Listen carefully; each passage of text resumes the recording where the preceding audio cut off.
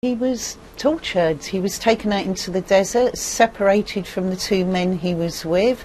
He was beaten, he was tasered, a gun was held to his head, and he was told he was going to die or spend the rest of his life in prison.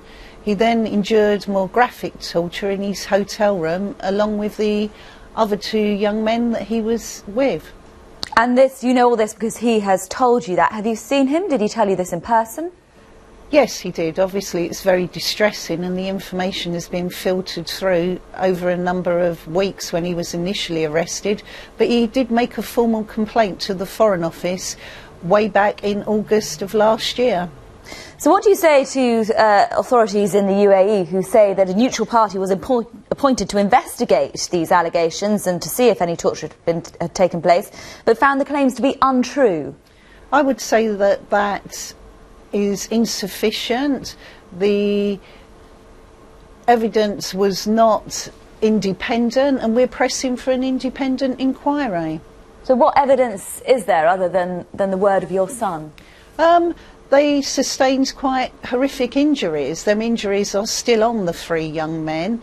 We have had an independent report done by a renowned torture expert, and we are very confident that if the doctor was allowed into the prison, and indeed any doctor, then we're very confident that the injuries they sustained will still be in there.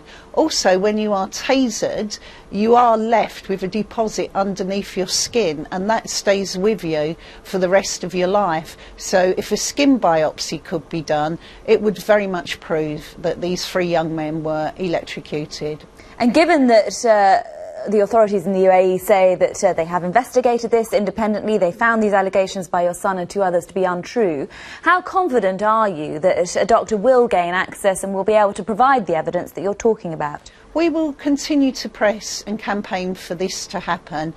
Obviously the UAE President is visiting David Cameron tomorrow, and we're hoping that this will be something on their agenda that will be given due attention and discussed. And if it is on the agenda, what is it that you want David Cameron to say? I want David Cameron to press for this independent inquiry to make sure that the young men do get the medical attention that they need, and most importantly that they're given a pardon so that they can be sent home to their families and they can start to recover from this awful ordeal.